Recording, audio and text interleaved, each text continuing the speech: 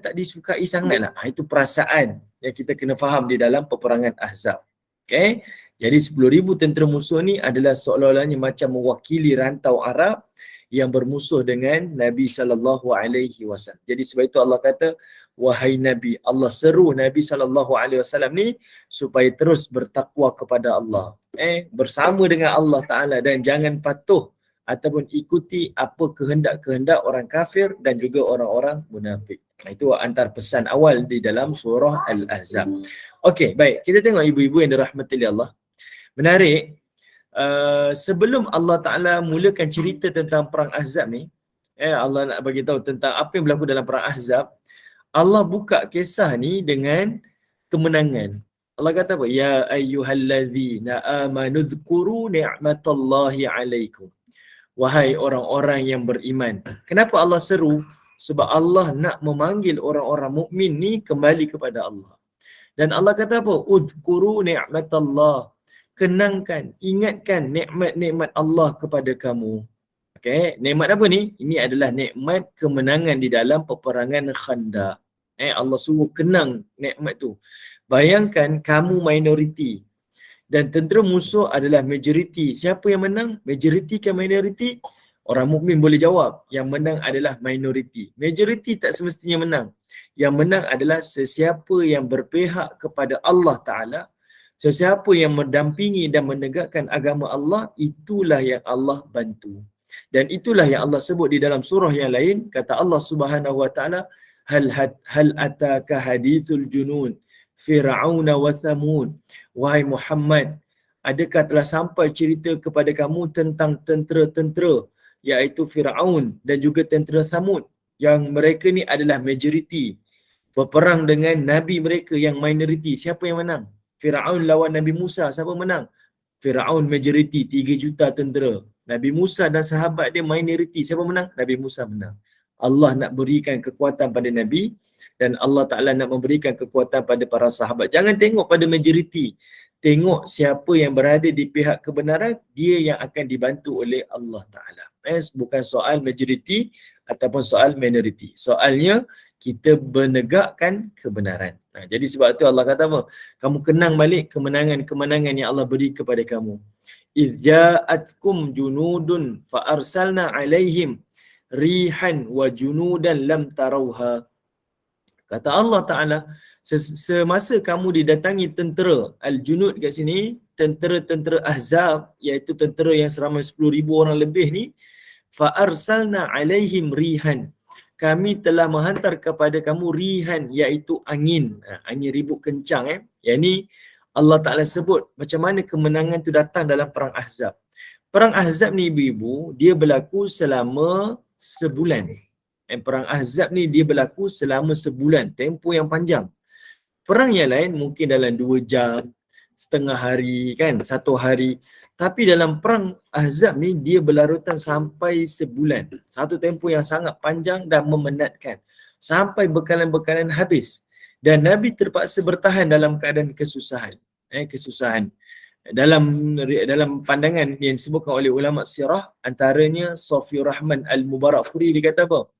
Nabi menghadapi musuh-musuh di dalam perang Ahzab ni kritikal. Okay? Dia kata kritikal yang dia hadapi dalam perang Ahzab ni. Sebab apa? Sebab dia kata dalam perang Ahzab ni, tentera Nabi SAW perlu menghadapi beberapa musuh. Antaranya iaitu yang pertama adalah tentera Ahzab sendiri. Ada 10,000 tentera. Okay, ini tekanan yang mereka kena hadapi. Kedua, musuh yang mereka hadapi adalah daripada musuh dalam kota Madinah. Dikenali sebagai Yahudi Bani Quraizah. Okay, musuh luar 10,000. Sekarang ni kita berlindung antara kita je. Dalam rumah kita ada musuh juga. Iaitu daripada kalangan Yahudi Bani Quraizah. Ketiga, iaitu mereka terpaksa menghadapi musuh, iaitu musuh kesejukan. Ini berlaku dalam musim sejuk ibu-ibu. Ibu-ibu kalau pernah sampai Madinah, musim sejuk di Madinah ni, kalau malam dia boleh cucah sampai 7 darjah Celsius. Dia turun, drop dia punya degrees dia tu sampai 7 darjah Celsius. Dia sangat sejuk. Kalau ibu-ibu duduk di Madinah, pernah datang musim-musim sejuk tu, kita boleh rasa macam mana sejuknya peperangan ni. Ketiga, iaitu kesejukan. Yang keempat, kelaparan. Sebulan berperang, bekalan makanan tak cukup.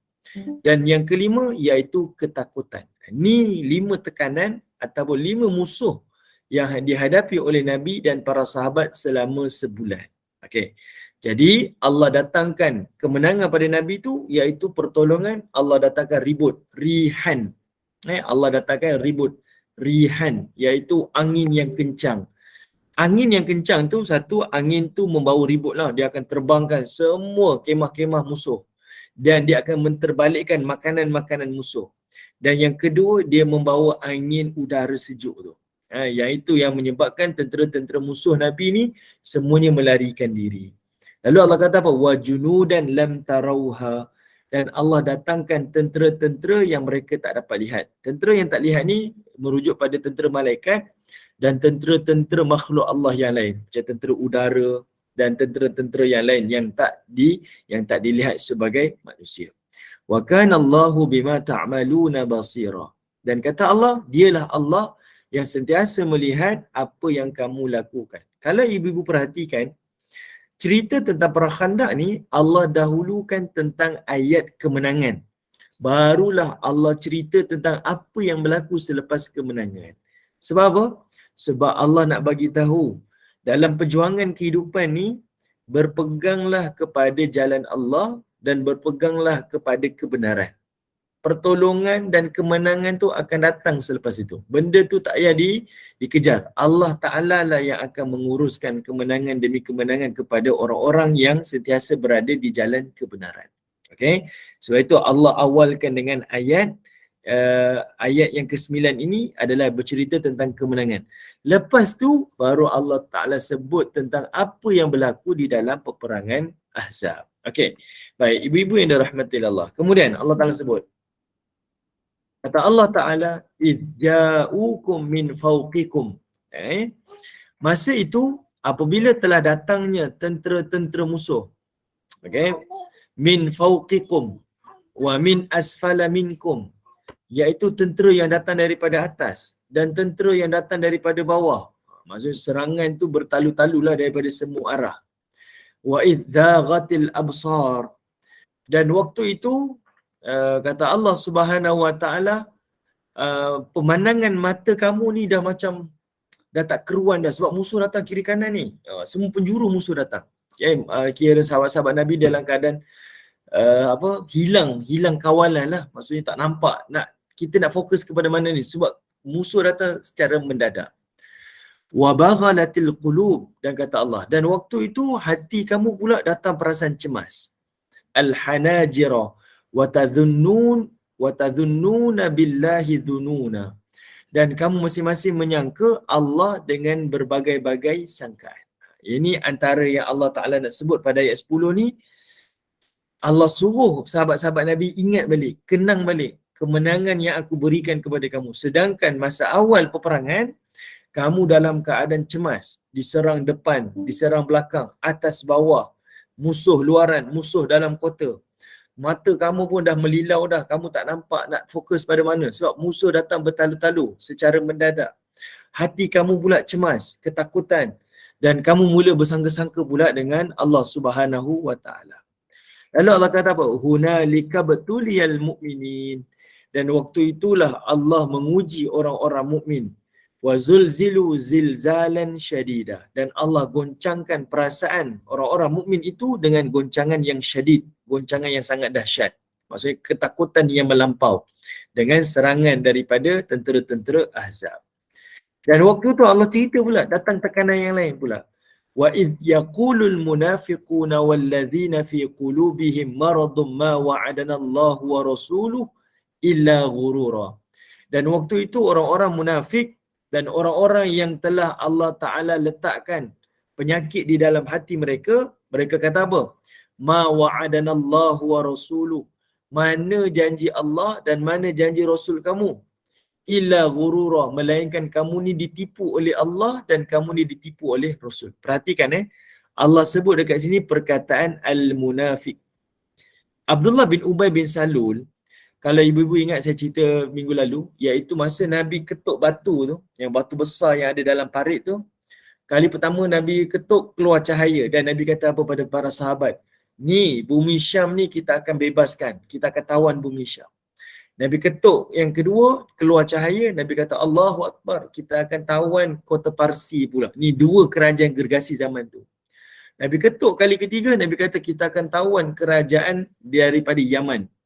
Nabi ni saya sebutkan pada minggu lalu mengajar orang mukmin waktu dalam keadaan macam tu adalah mesti berjiwa besar. Mesti ada matlamat yang lebih besar. Sebab apa? Bila objektif kita, matlamat kita clear besar, semua ujian akan mengecil. Semua ujian akan mengecil. Okay? Sebab itu dalam kehidupan macam tu juga. Allah Ta'ala sebutkan tentang jaminan syurga bagi orang beramal saleh. Bila kita nampak syurga tu macam ni, keindahannya ni, kenikmatannya macam ni, datanglah apa-apa ujian dalam hidup ni, manusia tak peduli dah. Sebab apa? Syurga tu lebih besar daripada ujian di dunia ni. Macam tu Allah Ta'ala dan Nabi SAW tunjukkan pada para sahabat. Tapi, orang-orang munafik yang dipimpin oleh Abdullah bin Ubay bin Salul ni, bila dia dengar Nabi kata macam tu, dia provok. Yang ini Allah rakamkan ni. Dia provok, dia kata apa? Macam mana Muhammad boleh kata kita boleh tawan Syam, kita boleh tawan Parsi, kita boleh tawan Yaman. Sedangkan hari ni kita berada di tempat rumah kita tapi kita berada dalam keadaan ketakutan. Maksudnya kita dalam keadaan nak diserang oleh musuh ni. Kita tak mampu buat apa-apa. Ini perkataan yang dikeluarkan oleh Abdullah bin Ubay, ketua orang munafik. Dan dia sendiri sebut, mana janji Allah dan mana janji Rasul, sedangkan kamu ni ditipu oleh Allah dan Rasul ni. Sebab kamu kata kamu menang, sedangkan kamu hari ni dalam keadaan ketakutan dalam kota Madinah. Bukan luar kota, dalam kota kamu dalam ketakutan. Jadi Allah Ta'ala rekodkan. Lalu Allah kata apa lagi? وَإِذْ قَالَتْ طَائِفَةٌ مِّنْهُمْ يَا أَهْلَ يَثْرِبَ لَا مُقَامَ لَكُمْ فَارْجِعُوا وَيَسْتَأْذِنُ فَرِيقٌ مِّنْهُمُ النَّبِيَّ يَقُولُونَ إِنَّ بُيُوتَنَا عَوْرَةٌ وَمَا هِيَ بِعَوْرَةٍ إِنْ يُرِيدُونَ إِلَّا فِرَارًا. Dan waktu itu golongan ini berkata, wahai penduduk Yasrib, tempat ini bukan tempat bagi kami untuk berjuang. Oleh itu baliklah. Siapa yang kata ni? Ini orang munafik. Dia minta izin daripada Nabi. Dia kata, ya Rasulullah, saya kena balik rumah. Saya tak boleh pertahankan kota Madinah ni. Sebab apa? Isteri saya, keluarga saya lebih memerlukan saya. Lebih untuk menjaga keselamatan. Dan Nabi SAW faham, mereka ni memang golongan munafik, memang sentiasa mencari keuzuran dan alasan untuk lepaskan tengkuk masing-masing lah. Jadi Nabi SAW tak cakap banyak, Nabi katakan nak balik-balik lah. Biar tinggal kat sini adalah orang-orang yang beriman sahaja. Jadi Allah rekodkan perkataan tu. Okay. Wa yasta'dhinu fariqum minhumun nabiyya yaqulun. Dan sebahagian daripada mereka pula meminta izin kepada Nabi untuk balik. Sambil berkata, inna buyutana auratun wa ma hiya bi'aurah. Rumah-rumah kami memerlukan perlindungan. In yuriduna illa firara. Padahal ia tidak memerlukan pada perlindungan, mereka hanyalah bertujuan untuk firar, untuk lari daripada memperjuangkan, menegakkan agama Allah Subhanahu wa taala. Baik. Okey, ibu-ibu yang dirahmati oleh Allah Subhanahu wa taala. Ini antara sebahagian cerita awal dan cerita akhir di dalam kisah peperangan Khandaq yang Allah rakamkan. Ayat-ayat ini sebenarnya memberi mesej yang besar-besarlah di dalam peperangan Khandaq. Awalnya macam mustahil, penghujungnya Allah berikan kemenangan. Kata kuncinya sentiasa berada di jalan kebenaran. Dalam hidup macam itu juga. Dalam hidup macam itu juga. Nampak macam mustahil pada permulaan kita ni, tapi selagi mana kita berada di jalan Allah, jangan risau. Ada jaminan daripada Allah. Allah datangkan pertolongan, Allah datangkan bantuan, Allah berikan kemenangan. Yang ini adalah kuasa Allah Ta'ala yang kita luar daripada batasan kita lah. Luar daripada apa yang kita jangkakan. Okey, baik. Ibu-ibu yang dirahmati oleh Allah Subhanahu wa Ta'ala. Sekarang ibu-ibu tengok muka surat 114 dan juga 115. Okey. 114 dan juga 115. Tengok nombor 2 tu. Okey, nombor 1 tu kita dah bincang dah. Iaitu tentera-tentera musuh ni sampai Dan tentera Islam ni terpaksa mengawal ketat semua kawasan-kawasan parit ni. Supaya apa? Supaya kawasan tu tak ditembusi oleh tentera musuh. Kalau musuh berjaya tembus parit ni, habis. Habislah. Maksudnya mereka akan terus menghancurkan seluruh yang ada di dalam kota Madinah. Dan ini yang disebutkan dalam riwayat Al-Bukhari, Nabi dan para sahabat ni sampai terluput waktu solat dia. Okay, sampai terluput waktu solat. Tapi sebahagian para ulama kata apa? Nabi tak luput waktu solat, cuma Nabi solat di hujung waktu. Dan Nabi SAW mencelalah orang-orang Quraisy dan orang-orang Yahudi ni yang menghalang Nabi SAW dapat mendirikan solat seperti yang diperintahkan oleh Allah Subhanahu wa taala. Jadi Nabi marahlah dengan perbuatan-perbuatan tu. Okey, itu yang pertama. Okey, baik. Yang kedua, tengok nombor 2 114 tu, pertempuran kecil berlaku. Okey. Saya sebutkan kepada ibu-ibu, orang Quraisy dan orang-orang Yahudi ni secara budaya mereka, kalau mereka dah masuk mara ke medan perang ni, mereka tak tunggu. Mereka jenis serang je. Serang, dan kalau diserang mereka patah balik. Dia tak ada strategi, tak ada formasi. Dia tak ada tak ada strategi lah dalam peperangan ni. Dia rempuh je. Kan kalau diserang dia patah balik macam tu. Jadinya bila Nabi letak parit dia dekat depan mereka, dia rasa macam kita ni dalam perangkap ke? Dia rasa macam tu. Dan menyebabkan orang-orang Quraisy jadi marah. Sebab parit itu dia telah menghentikan momentum semangat perjuangan daripada kalangan-kalangan musuh lah. Sebab dia tengah mara ni, tiba-tiba ada benda roadblock. Jadi dia membuatkan semangat mereka ni jatuh. Yang itu adalah satu psikologi lah. Berjayalah Nabi buat psikologi ni, menyebabkan orang Quraisy dan orang Yahudi ni tak mampu untuk menyerang Nabi secara mendadak. Dan waktu mereka datang tu, dan mereka duduk mundar-mandir dekat depan parit ni, dalam riwayat sebab apa? Beberapa hari. Dia fikir macam mana kita nak masuk ni. Yang membuatkan mereka hampir-hampir give up lah peringkat awal tu. Okey, tengok 6 tentera musuh berjaya meloloskan diri dengan terjun ke dalam parit. Ini musuh ni yang paling berani sekali dalam kalangan Quraisy, 6 orang terjun. Ibu-ibu tengok dekat kotak sebelah tu, tentera musuh yang berjaya membolosi parit. Pertama namanya Amru bin Abdu Wud dan anaknya Hisil bin Amru. Selain daripada itu Ikrimah bin Abu Jahal. Selain daripada itu Dirar bin Al-Khattab. Selain daripada itu Naufal bin Abdullah dan juga lain-lain. Tengok ada 6 orang tentera dekat situ. Tapi sebenarnya 5 daripadanya larikan diri. Yang berperang dengan Nabi tu yang berperang dalam waktu tu adalah Amru bin Abdu Wud.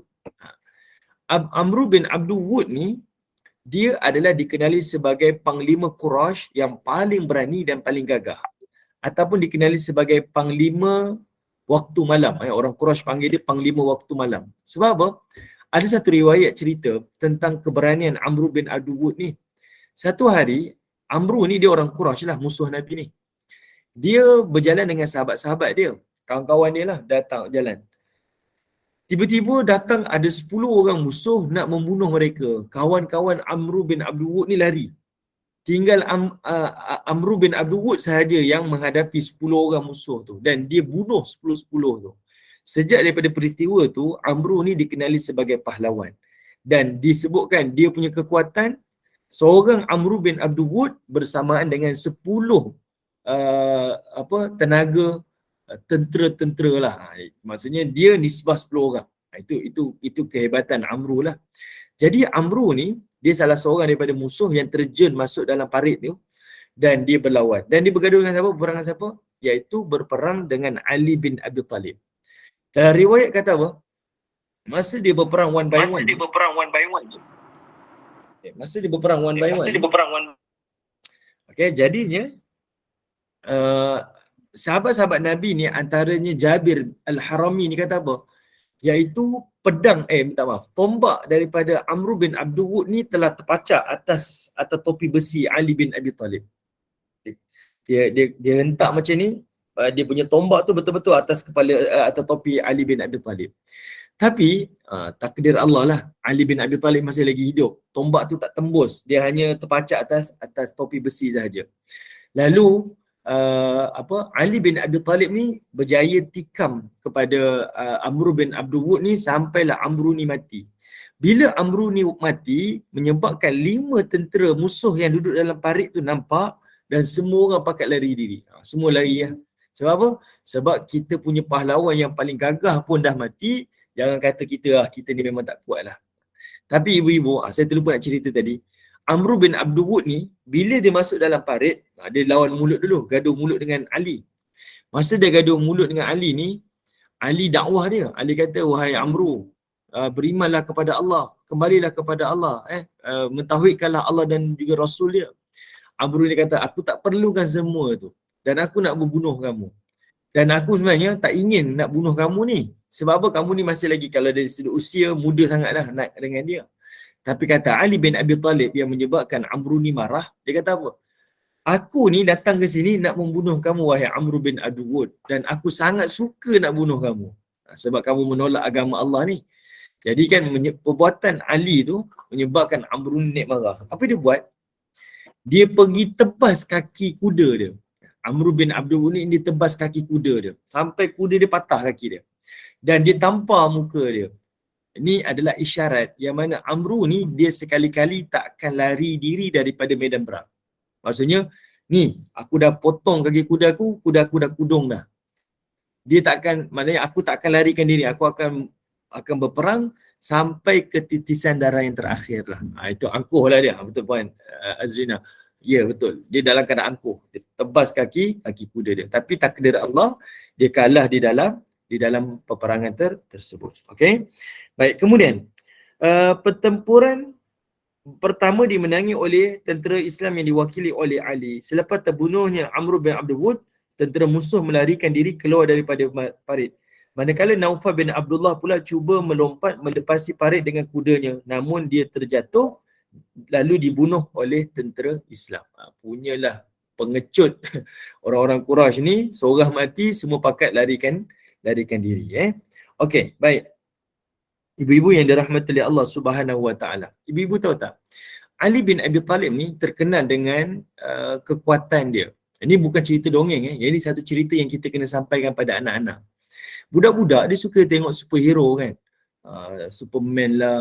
Dia suka tengok apa lagi? Superhero lah. Sampai bukan budak-budak, bapak budak pun suka tengok kan. Cerita apa Avengers. Tak tahulah. Saya pun tak tahu cerita apalah kan.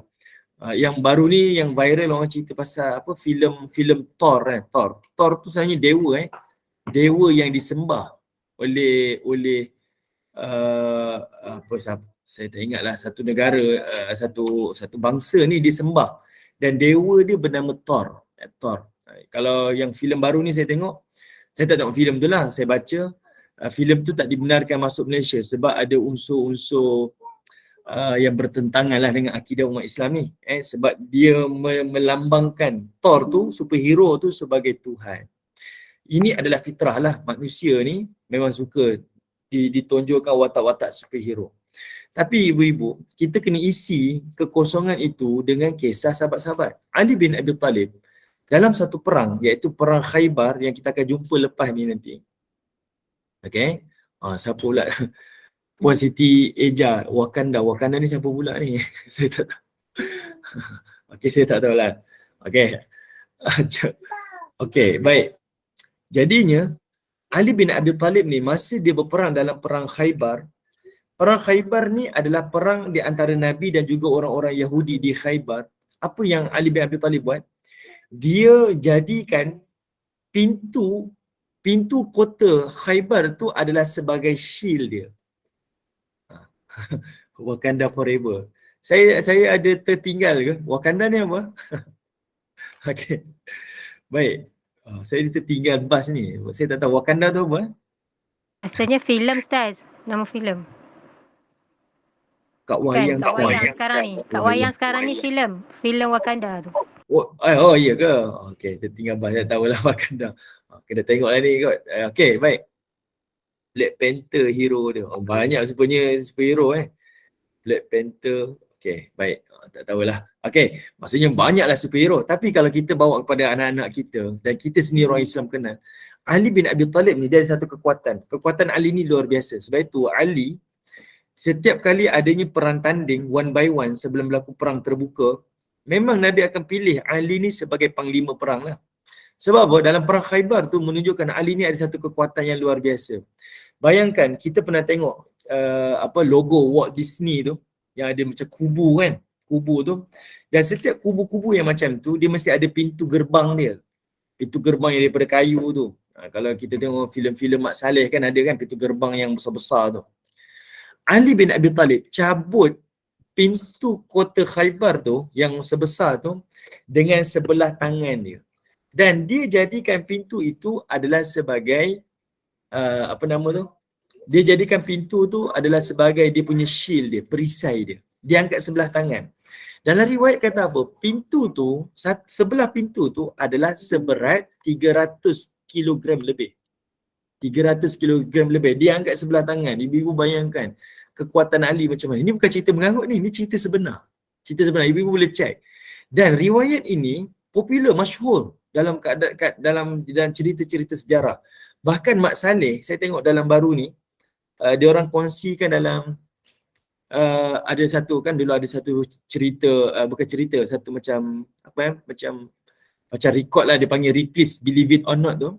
Dia bawa kenyataan itu di dalam fakta dunia, kekuatan manusia yang terbukti kuat ni dibawa, the Caliph of Ali bin Abi Talib. Dia pegang perisai dia tu daripada pintu kota Khaybar, subhanallah. Tu 300 kilogram dia bawa sebelah tangannya. Pintu kubu tu jadi perisai dia. Dan memang Ali bin Abi Talib ni diakuilah kekuatan dia. Cerita itulah yang kita kena sampaikan kepada anak-anak ni supaya anak-anak tahu siapa teladan yang kita nak tiru ni. Siapa yang kita nak ikut ni. Bukan anak-anak je, bapa-bapa yang duk cerita superhero ni pun sama juga. Kena kenalkan. Kalau tak kenal, kita akan menghirokanlah orang-orang yang tak beriman pada Allah dan Rasul ni. Kalah Captain America, betul? Kalah Captain America. Kalaulah ada orang-orang mukmin yang buat filem ni, eloklah angkat watak-watak macam ni menjadi superhero. Jadi superhero yang patut dikenali, yang patut dijadikan sebagai ikutan lah. Sebab bila kita kenal superhero tu, kuat dia ni. Kita tengok pula akhlak dia. Daripada akhlak dia, tengok pula agama dia. Akhirnya dia membawa kepada pendekatan dakwah. Pendekatan dakwah. Kalau dia kuat macam ni, macam mana amal soleh dia, ibadah dia, sangat hebat. Tapi itulah sebabkan kita ni tak nak bawa-bawa cerita-cerita macam ni menjadikan sebagai watak-watak dalam superhero. Ini beli baju anak, baju Ultraman lah, ni baju Superman lah, baju Batman lah.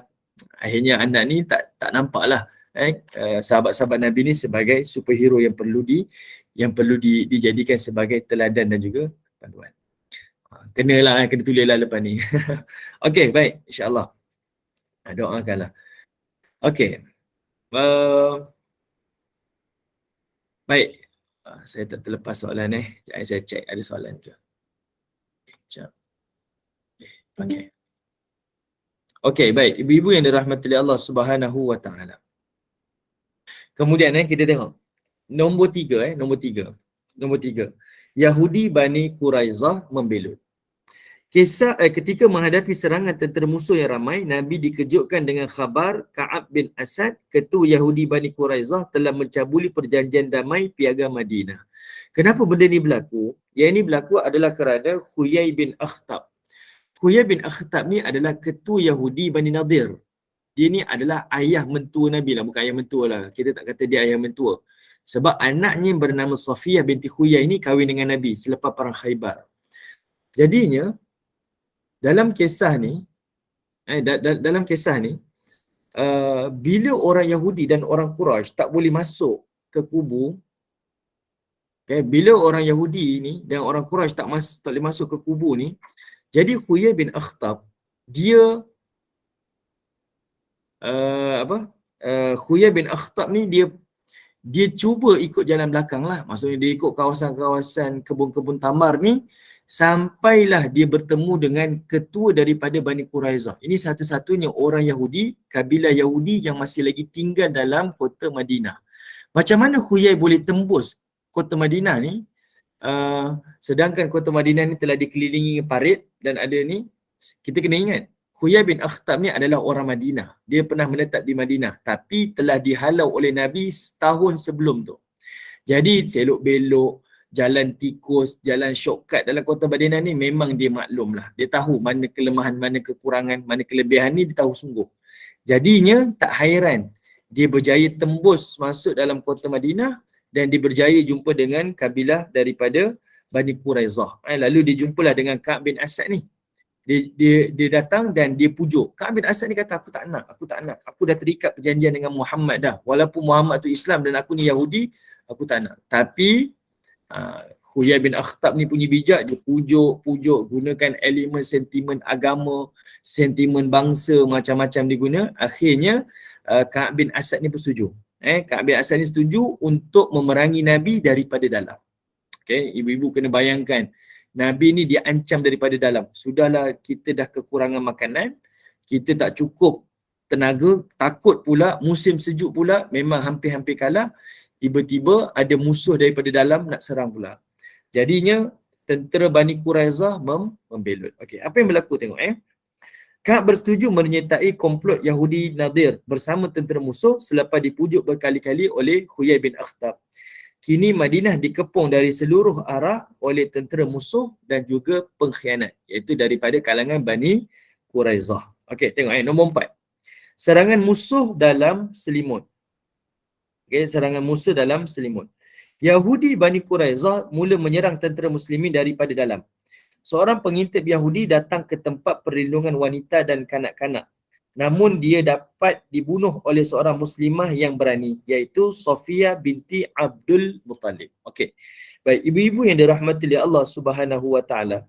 Kalau ibu-ibu tengok dalam kisah ni, bila Bani Quraizah ni setuju nak bunuh, nak jadi pengkhianat, benda yang pertama yang dia buat, dia nak tawan wanita dan juga kanak-kanak. Nabi ni dia telah asingkan wanita dan kanak-kanak ni duduk dalam satu kota. Dalam kota ni. Dan kota ni tak ada lelaki pun. Tak ada seorang lelaki pun. Yang ada adalah wanita-wanita saja. Sebab lelaki semuanya Nabi kerah untuk duduk dekat parit ni supaya tak ada tentera musuh yang melepasi. Okey, jadinya bila Yahudi ni datang masuk dalam kubu ni, kononnya nak menjadikan tawanan wanita-wanita dan kanak-kanak Madinah ni, ibu saudara Nabi, Sofia binti Abdul Muttalib. Ini ibu saudara Nabi. Dia ni memang terkenal dengan keberanian dia. Dia memang kuat. Okay? Daripada kalangan Bani Abdul Muttalib ni, dia ni memang hebatlah. Tak dinafikan kekuatan dia. Apa yang berlaku? Iaitu Sofia ni, ibu saudara Nabi ni, dia sendiri yang pergi bunuh Yahudi tu. Bila Yahudi ni dibunuh, apa yang berlaku menyebabkan Bani Quraizah ni tak jadi nak serang daripada dalam. Sebab apa? Dia menyangka kubu yang ada wanita dan kanak-kanak tu ada tentera lelaki, ada tentera Islam. Sebenarnya tak ada tentera Islam, tak ada tentera lelaki pun. Yang ada adalah wanita aja. Tapi Sofia tu dia punya berani dia bunuh tu macam tindakan seorang lelaki Arab lah yang membunuh seorang musuh. Yang menyebabkan orang-orang Yahudi Bani Quraizah ni dia terhenti. Dia rasa menyesal lah. Kita termakan ajakan Bani Nadir, sekarang ni kita nak serang, kita rasa tak berani pula. Apa yang kita buat? Dia dah terperangkap dengan perbuatan dia. Okey. Baik, kemudian hal ini menyebabkan Bani Quraizah membatalkan hasrat untuk menyerang. Lalu Bani Quraizah cuba membekalkan bantuan kepada tentera musyrikin melalui 20 ekor unta, namun semuanya berjaya dirampas oleh tentera-tentera Islam. Okey. Okey. Okey, Bonda Azrina kata, Hassan bin Thabit ada kan? Betul. Hassan bin Thabit ada tapi dia tak berani. Hassan bin Thabit ada dalam kubur tu tapi dia tak berani. Okey, dia tak berani nak keluar. Yang keluar adalah Sofia yang pergi bunuh.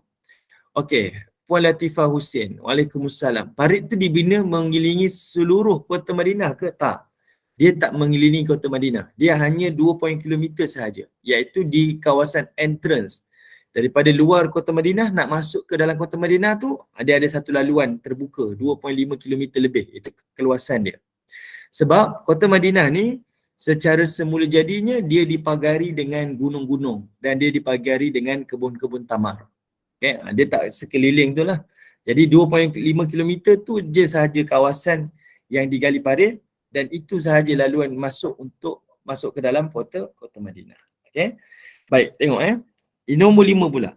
golongan munafik mula beralasan. Melihat kepada jumlah tentera musuh yang ramai dan diserah dari dalam melalui pembelotan Bani Quraizah, golongan munafik mula mencari alasan untuk melarikan diri daripada peperangan. Bahkan bersangka-sangka janji Nabi hanyalah dusta. Sebab apa? Dia kata yang saya sebutkan tadi tu. Dia kata, macam mana kamu boleh kata kamu boleh tawan kota Madinah, kota Yaman, kota Parsi, kota Syam, kamu nak tawan. Sedangkan kita berada dalam kubu kita pun dalam ketakutan. Kita nak solat pun tak boleh. Ni diprovokasi daripada orang-orang munafik lah. Jadi dia kata dalam keadaan macam ni kami nak balik. Keluarga kami lebih perlukan kami daripada kami duduk di sini. Yang ini dia mula beralasan. Akhirnya ibu-ibu boleh bayangkan. Munafik berundur. Yang tinggal berapa orang pula tentera-tentera yang nak kawal parit-parit tersebut. Okey. Musyrikin Quraisy putus harapan. Setelah berkubu hampir sebulan, tentera musyrikin Quraisy mula putus harapan untuk menewaskan tentera muslimin. Malah masalah bekalan dan kelengkapan asas mendesak pengunduran mereka. Pada masa yang sama, Abu Sufyan sudah mengeluarkan arahan agar pulang segera setelah mengetahui bahawa Bani Quraizah mula sangsi dengan pakatan. Okey, baik. Ibu-ibu yang dirahmati Allah Subhanahu Wa Taala. Bila Nabi SAW tengok bila Nabi SAW tengok kita tak mampu nak serang, tak boleh nak serang direct kepada musuh sebab mereka ramai. Tapi Nabi berfikir kita kena bertahan. Sebab apa? Paling minima iaitu bekalan makanan mereka akan berkurangan. Mereka juga akan letih dan mereka juga akan hilang bekalan makanan dan juga bekalan minuman. Yang itu yang menjadi kekuatan Nabi dan para sahabat untuk terus bertahan.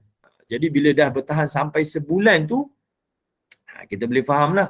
Sebulan dia bertahan dekat situ, Nabi nampak satu masa nanti mungkin dia akan berundur juga. Dan betul apa yang Nabi SAW dapat jangka, iaitu mereka berundur. Cumanya kemenangan ni, kemenangan ke pihak Muslim ini, satu tadi kita bincang, Allah Ta'ala datangkan tentera melalui udara dan juga malaikat. Tapi antara yang Nabi lakukan adalah melalui perang saraf. Ini menunjukkan kepada kita keharusan adanya perang saraf. Perang saraf. Tengok apa yang berlaku dalam perang saraf. Setelah 20 hari Madinah dikepung dari semua penjuru, keadaan tentera musuh semakin kuat. Sementara keadaan tentera muslimin semakin lemah. Dengan itu, Nabi merancang untuk melancarkan perang saraf terhadap tentera-tentera musuh. Nabi melancarkan perang saraf terhadap tentera-tentera musuh. Okey, ibu-ibu buka muka surat 118. Tengok 118. Tengok dekat atas tu ada satu anekdot. Okay, tengok ada satu anekdot. Ada perang saraf. Nabi merancang perang saraf. Perang saraf ni dibenarkan di dalam peperangan. Perang ni adalah hela. Maksudnya kita buat perang macam ni, kita buat provokasi macam ni dibenarkan. Okay. Baik, mulanya baginda mencadangkan perdamaian dengan kabilah Ghatafan melalui pimpinan mereka iaitu Uyainah bin Hasan dan Al-Haris bin Auf dengan menawarkan 1/3 tamar Madinah supaya mereka menarik diri daripada kesatuan Al-Ahzab. Maksudnya pakatan musuh lah. Secara tidak langsung tentera Islam hanya berhadapan dengan Quraisy sahaja. Namun pada strategi ini tidak disetujui oleh sahabat sehingga Nabi SAW tidak melaksanakannya. Okey, baik, kenapa Nabi tawarkan kepada Uyainah bin Hasan dan Al-Haris bin Auf? Kalau ibu-ibu ingat, pada perang sebelum ni iaitu perang Daumah Al-Jandal, Nabi telah ada perjanjian damai dengan mereka tu. Kan Nabi pergi Daumah Al-Jandal, tak jadi perang, tapi Nabi telah buat perjanjian damai dengan orang-orang setempat. Tapi Yahudi lepas tu, dia pujuk orang-orang ni, Ghatafan ni, akhirnya jadi sebahagian daripada musuh-musuh Nabi. Okey. Jadinya Nabi dah ada hubungan dengan mereka dah. Nabi jumpa balik, Nabi tawarkan. Nabi kata apa? Kamu undur, kami tawarkan 1/3. Keuntungan dan pendapatan kurma di Madinah ni, kamu ambil. Kamu jadi makanan kamu dan kamu boleh buat perniagaan lah. 1/3 banyak lah tu, 1/3 kan.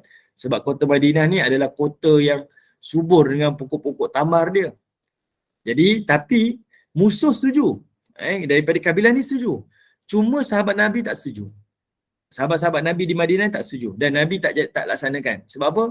Sebahagian besar sahabat tak setuju, maka Nabi tak laksanakan. Okey. Lalu baginda menghantar Nu'aim bin Mas'ud Al-Ghatafi kepada tentera musuh untuk membuat propaganda bagi memecahkan pakatan mereka. Yang ini, Nu'aim bin Mas'ud ni, dia ni orang Ghatafan. Orang Ghatafan ni maksudnya sebahagian daripada kabilah musuh. Dan dia ni masuk Islam tanpa diketahui oleh kabilah dia. Kabilah dia tak tahu pun dia masuk Islam. Okay. Kabilah dia tak tahu pun. Kalau kita nak kata ni, ditukar borang parti ni, orang tak tahu pun. Contohlah, dia keluar parti ni, masuk parti baru. Contoh, dia masuk Islam secara sembunyi-sembunyi. Betul? Okay. Jadinya, dia sendiri jumpa dengan Nabi dan dia offer diri dia. Dia kata, ya Rasulullah, aku dah Islam dah. Dan aku boleh rosakkan, buat satu propaganda, rosakkan pakatan-pakatan musuh ni. Okay. Apa yang dia buat, dan Nabi setujulah. Apa yang dia buat, maka Nu'aim bin Mas'ud daripada Ghatafan ni, dia ni okay. Kalau ibu percaya, beliau pemuda daripada Bani Ghatafan yang telah memeluk Islam namun belum diketahui oleh kaumnya. Secara diam-diam, Nu'aim bin Mas'ud pergi bertemu dengan pemimpin Yahudi Bani Quraizah untuk memecah belahkan mereka. Kemudian beliau bertemu dengan pemimpin Quraisy dan Ghatafan. Maksudnya apa? Dia pergi ke satu kabilah, dia jumpa dengan orang Yahudi Bani Quraizah. Kemudian dia jumpa dengan kabilah di sini, Bani Ghatafan. Kemudian dia jumpa dengan orang-orang Yahudi daripada Bani Nadir dan juga orang-orang Quraisy. Apa dia kata? Dia kata apa? Kalau kamu ni Bani Quraizah, dia kata apa? Orang-orang Yahudi Bani Nadir dan orang-orang Quraisy dah tak sepakat dengan kamu dah. Ya, aku ni orang Ghatafan kan? Dia tunjuk, aku ni orang Ghatafan, kamu kena percaya cakap aku.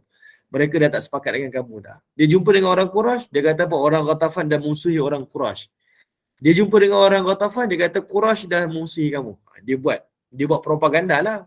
Laga-lagakan di antara mereka ni. Pakatan ni dilaga-lagakan. Akhirnya misi ni berjaya. Jadi perang saraf lah berjaya. Okay. Akhirnya di antara tentera-tentera musuh saling tak percaya di antara satu sama lain. Yang ini Ghatafan tak percaya Quraisy. Quraisy tak percaya kepada Yahudi. Akhirnya di antara mereka bertelaga. Hasilnya gerakan Nu'aim ini berjaya sehingga masing-masing dalam pakatan Al-Ahzab berasa sangsi antara satu sama lain dan menjadi porak-poranda di antara mereka. Dan ini antara sebab kenapa Abu Sufyan nak berundur. Dia dah mula rasa tahu hati dah. Bekalan makanan tak cukup, bekalan ketakutan mula ni, kepenatan lagi, kemudian datangnya ribut, menolak dia punya kemah-kemah, menyebabkan mereka berundur terus. Yang ini antara asbab lah. Perang saraf daripada Nabi SAW. Okey, nombor 8. Kemenangan yang ditunggu-tunggu. Bantuan Allah Subhanahu Wa Taala tiba. Doa baginda Allah makbulkan. Allah Subhanahu Wa Taala menghantar tentera-tenteranya berupa angin kencang yang meranapkan kemah-kem tentera Al-Ahzab. Melihat situasi itu, Abu Sufyan berteriak mengarahkan tenteranya supaya berundur. Okey. Ini antaralah yang disebutkan. Okey, ibu-ibu yang dirahmati Allah, muka surat 116 tu dan juga 117 tu ibu-ibu boleh baca lah. Yang ini kita dah bincang pada kita baca surah Al-Ahzab tadi tu. Okey, baik. Tengok ayat muka surat 118. Tengok muka surat 118. Kita ada masa sikit kan? Okey, baik. Tengok Nabi menghantar Huzaifah menyiasat kemah musuh. Cerita Huzaifah, ni Huzaifah sini cerita. Pada satu malam yang gelap dan gempita dalam perang Ahzab, tentera Abu Sufyan berada di atas bukit. Manakala pasukan Yahudi Bani Quraizah berada di tengah lembah. Kami risaukan keluarga kami kerana angin yang bertiup sangat kencang. Sehingga kaum munafik meminta izin Nabi untuk pulang dengan alasan rumah mereka kosong. Baginda izinkan dan mereka yang munafik itu lari dan terus menyembunyikan diri. Tapi Nabi tahu tak? Nabi tahu. Allah Ta'ala sebut dalam surah Al-Ahzab memang very clear lah. Bagi tahu mereka ni adalah golongan munafik. Baginda memeriksa barisan tentera dan berkata kepadaku, cuba selidiki keadaan musuh. Aku berangkat dan melihat kemah-kemah musuh berterbangan ditiup angin yang sangat kencang. Musuh lari berundur. Lalu aku kembali dan menghadap Rasulullah dan untuk menceritakan hal ini. Okay, maksudnya kemenangan itu berpihak kepada tentera muslimin. Saya nak cerita pada ibu-ibu. Kalau ibu-ibu pergi ke Madinah musim sejuk, macam siapa nak pergi bulan 11, bulan 12 ni. Sekejap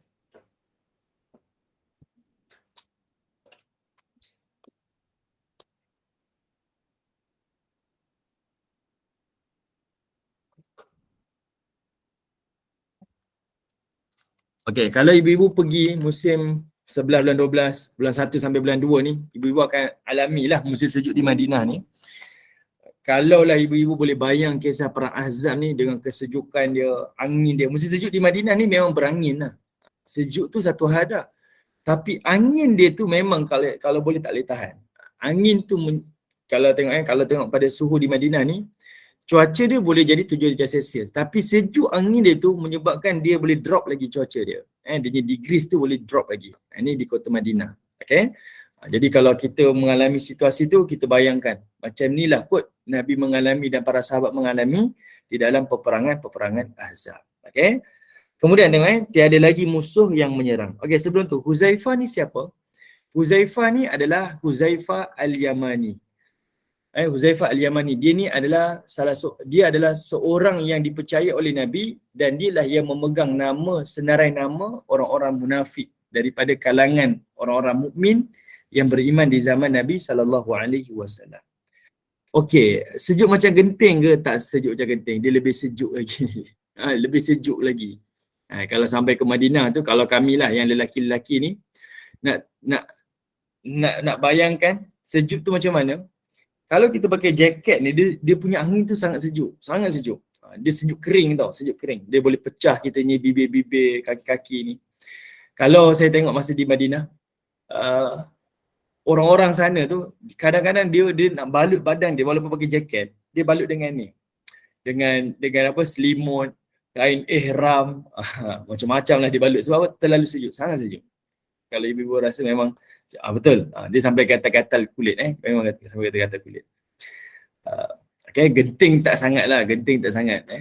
Okay, genting tu kalau nak dibandingkan dengan Taif lagi sejuk daripada genting. Tapi kalau Madinah memang sejuk, sangat sejuk. Okay. Baik, kejayaan menangkis serangan tentera bersekutu musuh menunjukkan bahawa kaum muslimin berada dalam situasi yang amat kukuh. Mereka tidak lagi dapat digugat oleh mana-mana kekuatan musuh. Bahkan bangsa Arab tidak lagi sanggup menghimpunkan satu pasukan yang lebih ramai daripada tentera Al-Ahzab. Bagi mereka, ini adalah kumpulan yang pertama dan terakhir dah. Yang tak akan ada pakatan-pakatan yang lain. Sebab bagi mereka gagal lah. Gagal, misi ni gagal untuk menyerang Nabi SAW. Sebaik berjaya mengusir tentera musyrikin daripada Madinah, Rasulullah bersabda, bermula pada hari ini, kita yang akan menyerang mereka dan mereka tidak akan menyerang kita lagi. Kita pula akan bergerak menuju mereka. Yang ini adalah sebagai satu isyarat, amud difa', tahun mempertahankan diri dah berakhir dah. Bermula daripada peristiwa ni, Nabi menggunakan strategi menyerang. Nabi menggunakan strategi menyerang. Sebab 5 tahun pertama ni Nabi bertahan. Okay, kita tak ada tentera tak ni. Tapi bila Nabi tengok semua tentera-tentera musuh dah bergabung dan dia tak boleh lawan Nabi, tak boleh menang lawan Nabi, Nabi kata lepas ni kita gunakan strategi adalah attacking pula. Bermulalah tahun yang berikutnya, tahun ke-6, Nabi melancarkan serangan. Nabi melancarkan serangan. Sebab di sinilah berakhirnya tahun mempertahankan diri. Rasulullah memerangi pembelot. Biarpun Abu Sufyan dan tenteranya sudah semakin jauh meninggalkan Madinah dengan kekalahan, namun tugas Nabi dan para sahabat belum lagi selesai. Kini mereka memerangi pembelot yang menjadi musuh dalam selimut ketika perang Khandaq, iaitu Yahudi Bani Quraizah. Yang ini kalau ibu-ibu tengok nanti lepas ni kita akan bincang, iaitu Allah Ta'ala menghantar para malaikat ni bersama dengan Nabi SAW. Nabi dah nak tanggalkan pakaian perang Nabi ni. Lalu malaikat datang maklumkan, kami tentera malaikat belum lagi tanggalkan pakaian perang kami. Sebab apa? Kita nak berperang dengan Bani Quraizah. Mereka pembelot. Jadi Nabi SAW perintah pada sahabat, Nabi tak kata kita serang sana. Nabi tak kata macam tu. Nabi kata apa? Kita solat asar di kubu Bani Quraizah. Nabi kata, maksudnya keluar segera. Asar nanti kita jumpa dekat Bani Quraizah. Nabi melancarkan serangan kepada Bani Quraizah. Inilah serangan pertama, attacking yang pertama. Sebab sebelum tu Nabi tak menyerang pun. Nabi hanya mempertahankan diri. Mereka diserang, barulah Nabi pertahankan diri. Tapi untuk kali pertama ni, iaitu Nabi menyerang Bani Quraizah. Sebab mereka adalah pembelot, mencabuli perjanjian dengan Nabi SAW. Baik, khalas untuk hari ini. Kita dah selesai bincang tentang peperangan Khandaq. Okey? Boda Zainul pun pernah merasai tangan bengkak warna pink dan kata, betul? Tak nafilah. Okey. Baik. Okey, selesai. Alhamdulillah. Saya serahkan kepada bonda moderator. Silakan. Nak buka soalan ke, Ustaz? Mungkin satu soalan kot. Satu soalan. Silakan, siapa nak tanya?